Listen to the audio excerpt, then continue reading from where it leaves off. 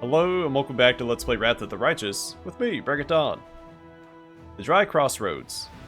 An inconspicuous spot on the road that leads west from Dresden, where the road crosses the bed of a long-dried river.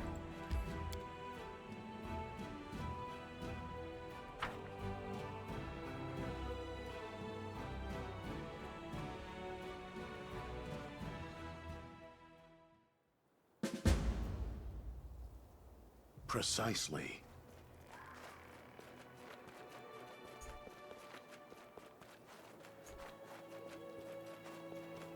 I really wish they wouldn't have given dwarves this goofy run in this game. I'll do as you tell me.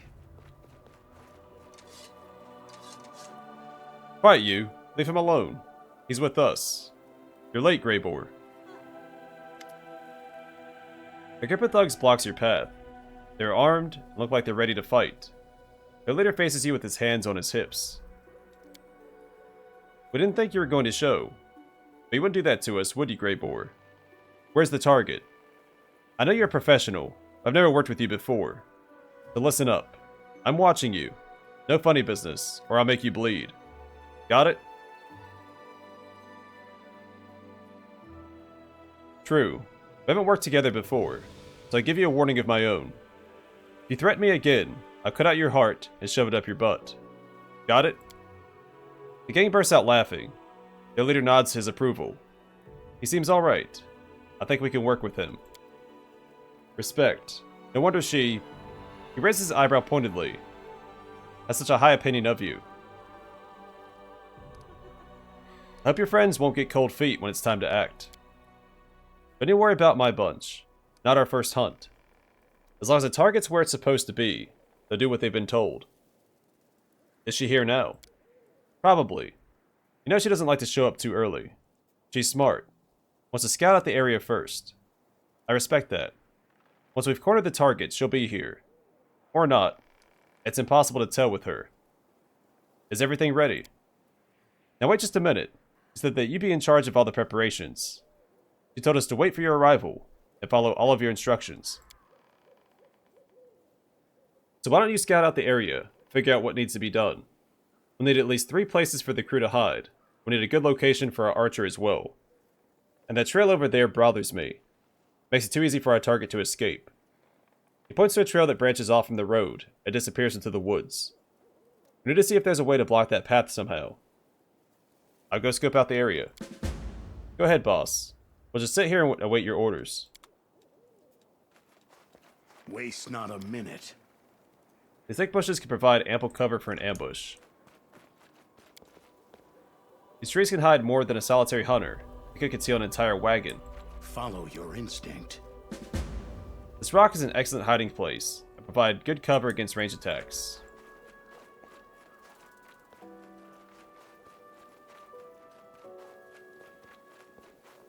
You ask, I deliver. There's a large crack in the trunk of this tree. A few well-aimed blows could cause it to fall and block the trail.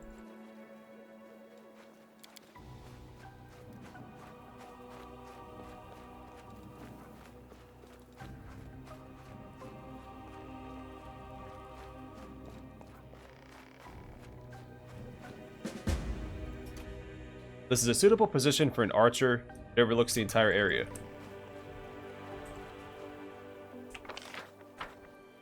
Precisely.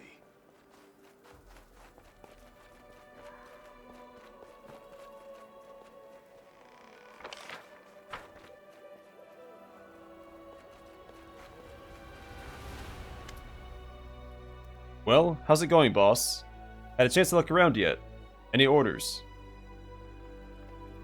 I point to the nearby hill. Your archer should take a position up on that hill. Sounds good to me. He later turns to one of his henchmen and mutters, "What are you just standing around for? Get your ugly mug up on that hill."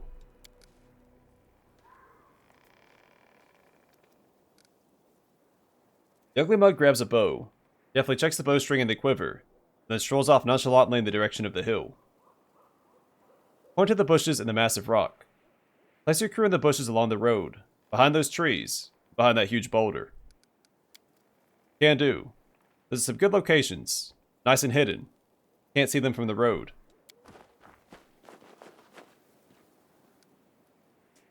The leader turns to his henchman and calls out in a commanding voice. Alright, stop sitting around on your butts. Go where you're told and lay low. I better not hear or see any of you. Point to the cracked tree. There's a damaged tree by the trail. We need to chop it down and block the path. It's not a bad idea. Block the path so that no one can get through. Guess we're set then. Time to lay low. You know your stuff, Grey Boar. Can't fault your decisions. You made some good calls. I respect that.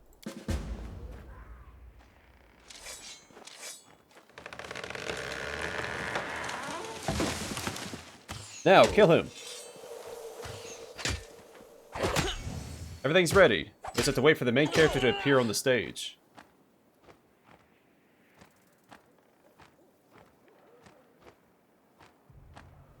Oh no, Grey Boar, how could you do this?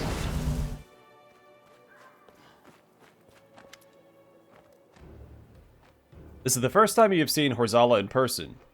She gazes at you triumphantly. You're not as smart as everyone thinks, she gloats mockingly. You walk straight to a trap set by your own associate. Don't kill him. I want to finish him off myself. You perform your task admirably, Grey Boar. You charge me an exorbitant rate for your services, but it seems that you are worth every coin. Do you expect anything less? As I said, when I take a job, it gets done. You wanted the commander, and I brought him to you. Yaz is standing off to the side. He clears his throat, knowing that he's being left out of the conversation. Your death will bring me... Shut up, Yaz. I didn't give you permission to speak. Horzala glares angrily at Yaz, and he quails beneath her fiery gaze. I thought we got along well. Why do you want me dead? Horzala's voice rises triumphantly. Father will see how wrong he was about me. But reward me with his favor, and I'll present him with your head. I'll be the greatest of Baphomet's daughters once more, and that half-mortal upstart Vorlesh will crawl on her knees before me. I'll rout the armies of Elushanira, then I'll cut down Discari's lackeys and take his army for myself. And once that's done, it'll be your turn, Crusaders. I'll make you kneel before the Lord of Beasts. It's very brave of you to appear in person. I applaud your courage. I wanted to personally witness your demise, Horzala snaps angrily. You think I'm scared of you? Huh. You have no idea how powerful I am. Hepsamira was nothing compared to me, and now my father has freed me from those accursed seals. I am no longer bound. I am Baphomet's daughter, the strongest of his offspring. I've reclaimed my rightful place, and now I will destroy you. Yaz, why are you here? Do you really want to kill me? It's not like he had any choice in the matter. Horzala crows triumphantly. This half-wit belongs to me, and so does his guild. After you killed Hepsamira, Baphomet gave me back my power.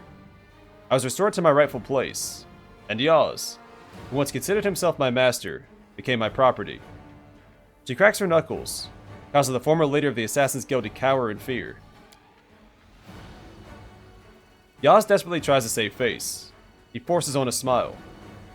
I'm sorry, but the bounty on your head was just too tempting. I couldn't resist. You don't like Horzala. Why don't we kill her together? There's a flash of interest in Yaz's eyes, but it fades immediately. He looks at Horzala regretfully and shakes his head. I never bet on the losing side. Grey Boar, you betrayed me. The guild I joined, with your consent I might add, asked me to do a job. They offered me a sizable reward, and our, partnership has been less than satisfactory. So I'm breaking our contract.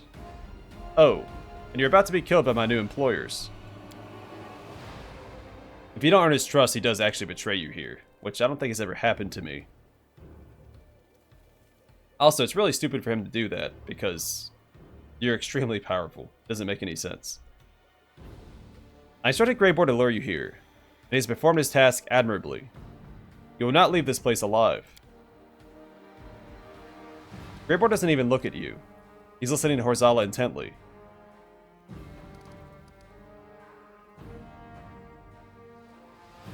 You have no honor, no principles. You're just like every other hired killer. You're wrong. I do have principles. But my principles don't prohibit me from killing people for money. It is no different than killing for an idea, or on the orders of your sovereign. or for the glory of a deity, or to save your own life. You've lured the wrong beast into your trap. Give him a good beating before you finish him off. Greybor smirks ominously. To counter Greybor's sincere loyalty, a person must be an equally skilled killer who shares his cynical views on life, placing a low price on the lives of others, but prizing gold and freedom. Not really a good description of my character, but sure. It won't be easy for them to carry out that order, because they themselves are actually already dead. Commander, now. Pulling a whistle decorated with runes from his pocket, the dwarf brings it to his lips and produces a high-pitched trill.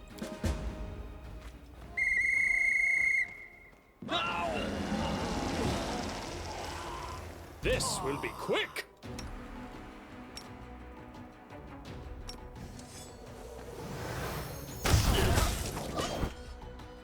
Don't hold back!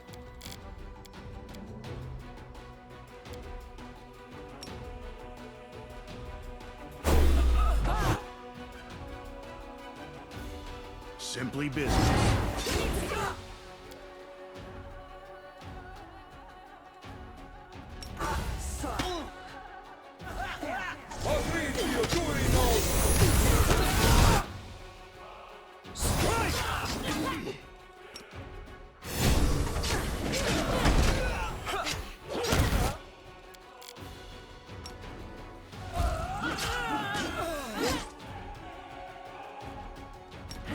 It's your time.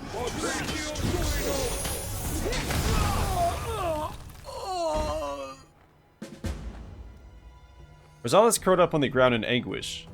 She slams her fist down angrily. This isn't how it was supposed to end. Why? Why are you so darn strong, mortal?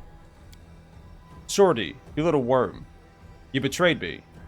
You had done what I asked, but have given you everything you've ever wanted. I value my reputation more than anything you could offer me. You can rant and rave as much as you want, but you're not going to change my mind. Greybor turns to you and gives you a businesslike nod. Well done, Commander. I admit, I was worried that you would deviate from our plan and reveal your full strength. We needed Horzala to believe that victory is within her grasp, so that she would reveal herself. And your little spectacle was quite convincing. Greybor, why don't you tell Horzala how we outwitted her? Greybor speaks slowly and deliberately as he fills his pipe. You see, Horzala, you made 3 mistakes. Your first mistake was sending your agent in Dresden to give me the assignment to bring the commander's head, instead of summoning me to Lucianaira. In doing so, you made it clear to me that you have people in Dresden, and that some of them might be a part of the commander's inner circle. Therefore, the commander and I kept this plan a closely guarded secret. We didn't want you to find out about it. As for your second mistake, you underestimated just how much I value my reputation. Under different circumstances, I would have gladly taken this assignment, but I'm not going to tarnish my good name. When the commander and I were on the way here, we had plenty of time to discuss the details of our plan. I pretended to carry out the assignment, and the commander would pretend that he was trapped. We knew you could not resist the opportunity to savor your triumph personally. I just had to play my part convincingly when I helped to set up the ambush, and the commander had to fight at half strength, so he wouldn't immediately destroy your lackeys. And you fell for it. You threw caution to the wind, and revealed your presence. Remember how I said you'd made 3 mistakes? Your third mistake was turning your back on this shorty. Kill Horzala. You shouldn't have come after me. Horzala writhes on the ground and howls hysterically. I hate you. Oh, how I hate you all. I think we're done here. One of these nights, we should meet up at the tavern to celebrate. Drinks are on me.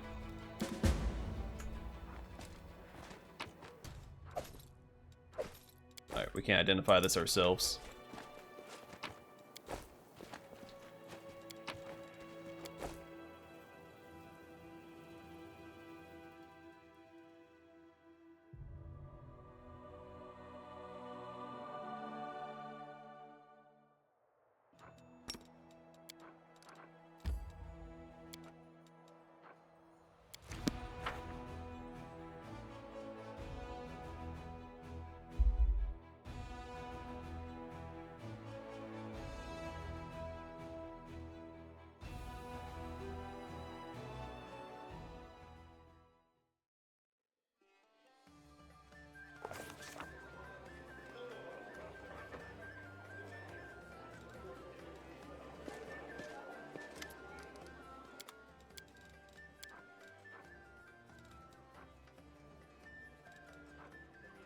Fiery Spellweaver. Its +5 Flaming Burst Quarterstaff grants its wearer a +1 bonus to CL caster level, a +4 bonus on checks made to overcome spell resistance, and a +15 competence bonus on Use Magic Device skill checks.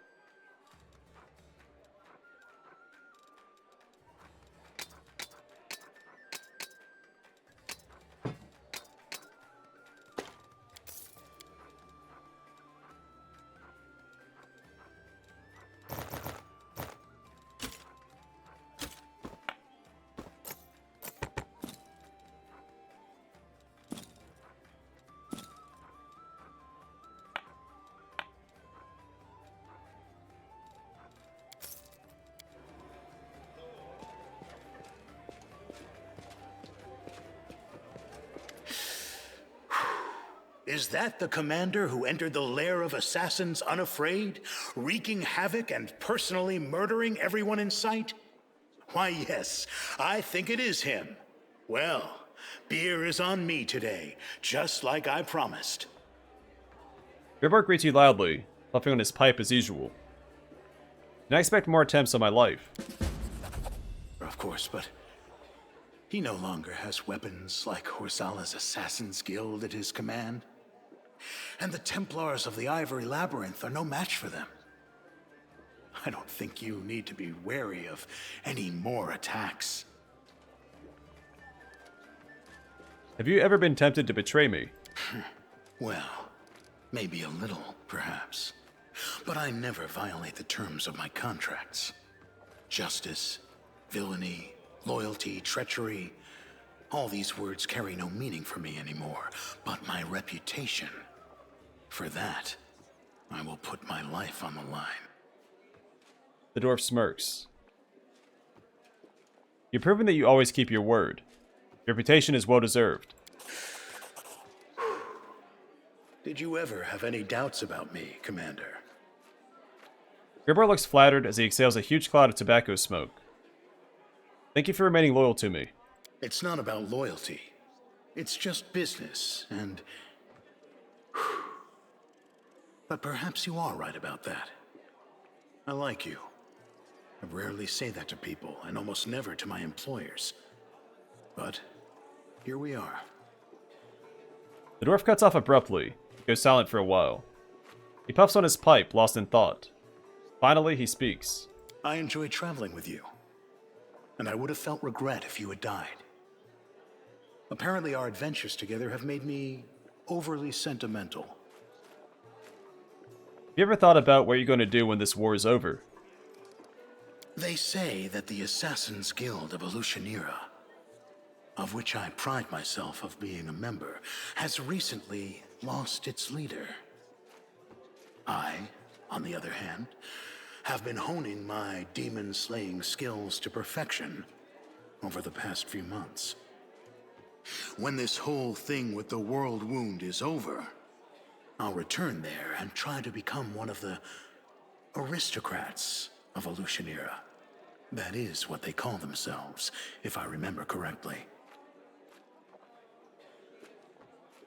The dwarf stretches out lazily and answers in a wistful voice. I will reside there in luxury, bathe in the gossip about my notorious misdeeds, and take assignments from the Crusaders at a hefty discount.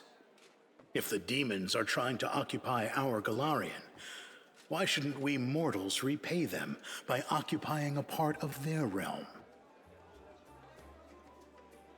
Well, just know that I think highly of you. Same goes for you. I never regretted getting involved with you, even though the whole thing seemed like a utter failure at times. Gribbar narrows his eyes and gives a thin smile. Have you ever thought about quitting the assassination business? Now, quite the opposite. My career is booming at present. First, I have an opportunity to work with you and participate in a truly fascinating adventure, which is going to lift my reputation to new heights. Second, I've just joined a very formidable Assassin's Guild. There is a lot more for me to achieve as a professional, and I will only start thinking about retirement and the peaceful life of a commoner when I'm past my prime.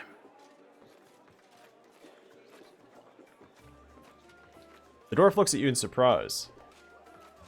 Anyway, fortune doesn't favor those who think too much about tomorrow instead of living in the present. Right now, I'm fighting the world wound under your command. As for what happens next, we'll just have to see. You have a daughter. Yes, my little Mora. Do you think she would want to see me again after all these years? What would she think of me if I told her how I'd been earning my bread all this time? That I left her to do this kind of work? I'm afraid to hear the answers. I only hope that she will be able to forgive me if I ever get the chance to see her again. Gribor is silent for a long time, then frowns. You could become more than just a hired killer. Now I am going to tell you a very important secret. You must not disclose it to anyone, no matter the circumstances. I think the simple truth is that I love my job. Yes, I suppose I have the spirit of a killer, but there's nothing I can do about that. Perhaps I'll even kill you too, if you tell any of my potential employers what I just told you.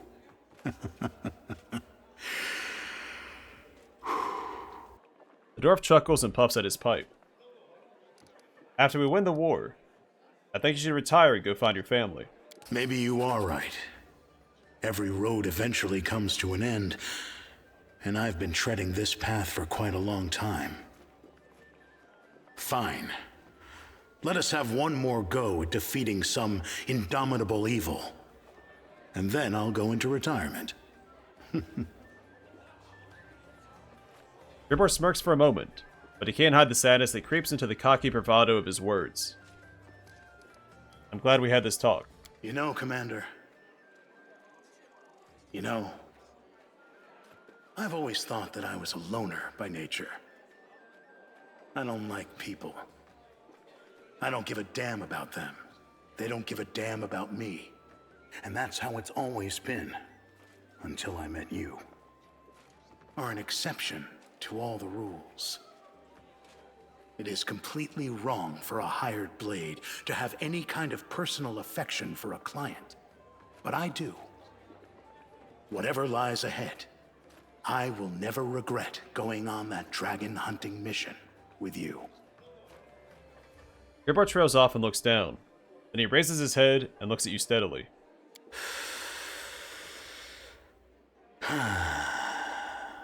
Surprised to hear such words from an assassin, Commander. Gribor's face is bright red. He smooths down his beard, takes a long draw from his pipe, gives a deep sigh as he exhales a thick cloud of smoke. Finally, he regains his composure and continues in a more normal tone. I keep making up words. I have nothing else to say. In that case, let this story become a good memory of how we cheated death itself.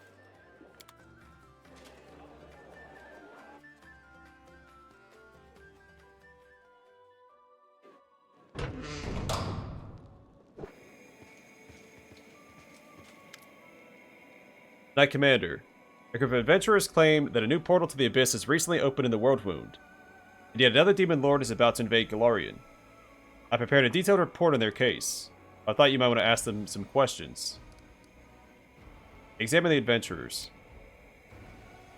From behind Arsinoe's back, a surly tiefling with a thick stubble gives you a sullen look. His lips are pressed into a thin line. His wary gaze combines bitterness and barely concealed impatience. A gaunt gnome picks restlessly at his robes. Disobedient strands of brightly colored hair peek out from under the wide brim of his hat, whose roots seem to have gone completely gray. The slender girl stands aside from her companions, more closely resembling a doll than a living person. At first glance, her face seems emotionless, but her resolute expression belies that impression, leaves you in no doubt that she has something to say. Tell me more about this portal. I'll tell you everything. The gnome takes a deep breath, gathering his thoughts. By a strange twist of fate, we learn that, eons ago, an ancient demon lord named Sethud shattered his soul into shards.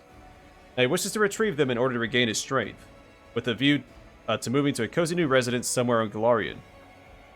We also learned that it is possible to collect these shards, turn their power against their creator. The search for those shards brought us to the most unexpected places. At one point, we met an angel of Serenre, that's how I say it, who told us of a ritual to stop Sethud for good. Eager to destroy the Demon Lord, we offered him our assistance. The gnome stutters, overrun by conflicting emotions. It's clear their journey was harrowing.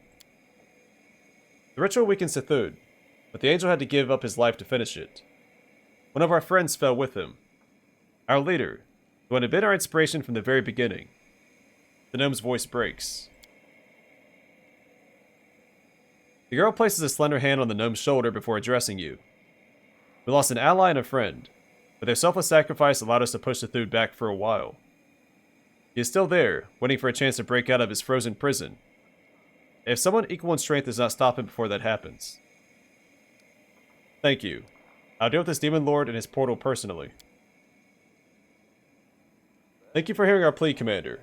I regret that I cannot assist you in finishing what we started, but I fear I may be more burden than asset in my current state.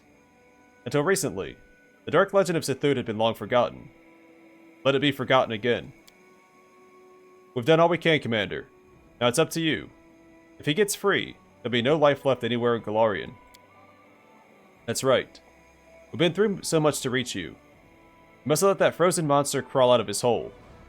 You're the only hope now, for all of Golarion. I'll compile a detailed report on this visit, and mark the location of the portal on your map, Commander. Arsenault gives you a short bow.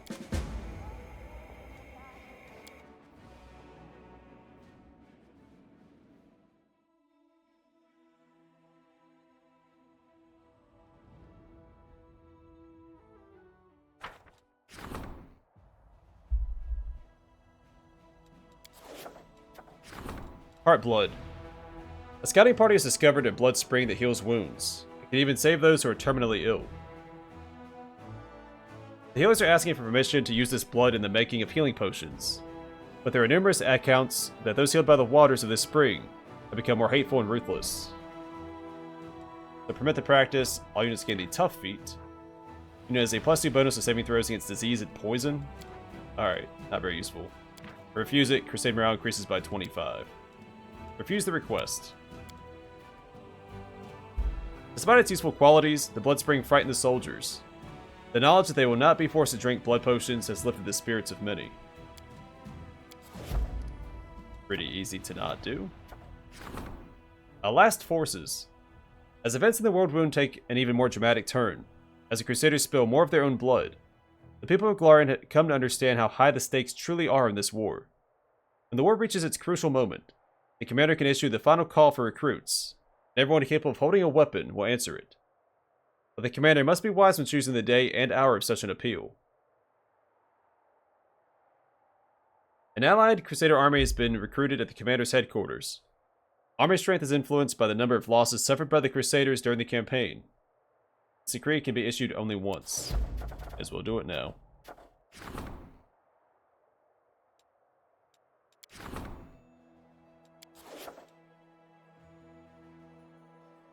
Alright, we're going to hold off on those.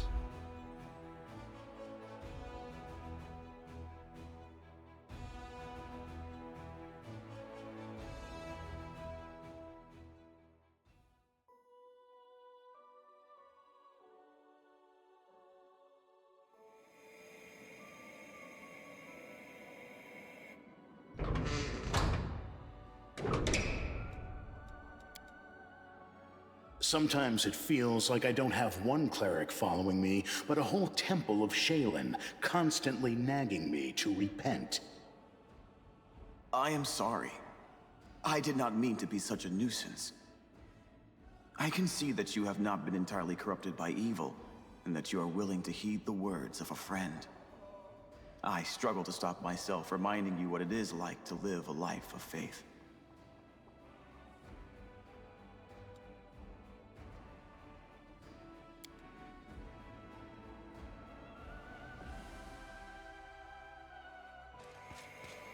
Greetings, Commander.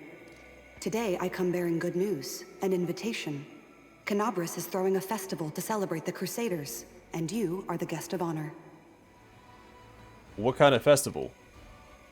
I'm sure you remember how the Crusade started. Demons attacked Canabras, turning a celebration into a massacre and then laying waste to the city. Now Canabras has been rebuilt, and the demons suffer one defeat after another. And all this is thanks to you. The citizens wish to reclaim the celebration stolen from them, and from you, at the start of the war. Wouldn't it be better to wait until after the war's ended? You recently won a glorious victory at Iz. While the Crusade is far from over, this still calls for a celebration. My advice is to allow yourself and your companions this brief respite. It will help you gather strength before the final battle.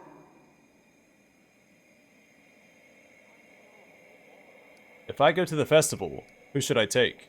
Everyone, without a doubt. Each one of your companions has fought long and hard. It would be unfair to leave anyone behind. I'll be there. Thank you for your report. Glad to be of service. Oh, and one more thing. This came with the invitation. I'm not sure what it means, but it looks like some sort of sign. I assume the other half is in the possession of someone who will be waiting for you in Canabras. Arsino hands you half a copper coin. Nevia stays out of the conversation. You cannot help but notice her satisfied smile. It seems she knows something about the coin. That is all. Have an enjoyable break. Alright, so we can talk to her next time. But, half a coin, one half of a copper coin. Whoever has the other half is your ally in Canabras. Let's go and talk to her. Look who it is. Hi. Show her the coin. You know what this is? Yes, I recognize the style. Nevia chuckles. We'll say a greeting from the Canabras chapter of the Eagle Watch. Whoever approaches you with the other half of the coin is one of us and can be trusted. Probably the head of the chapter, a tiefling called Rovis. A brilliant spy. Even more paranoid than me, hard as that is to imagine. I'm gone.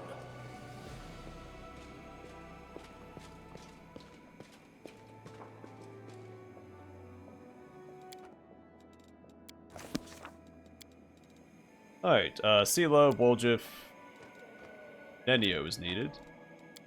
Social, and Ulbrich.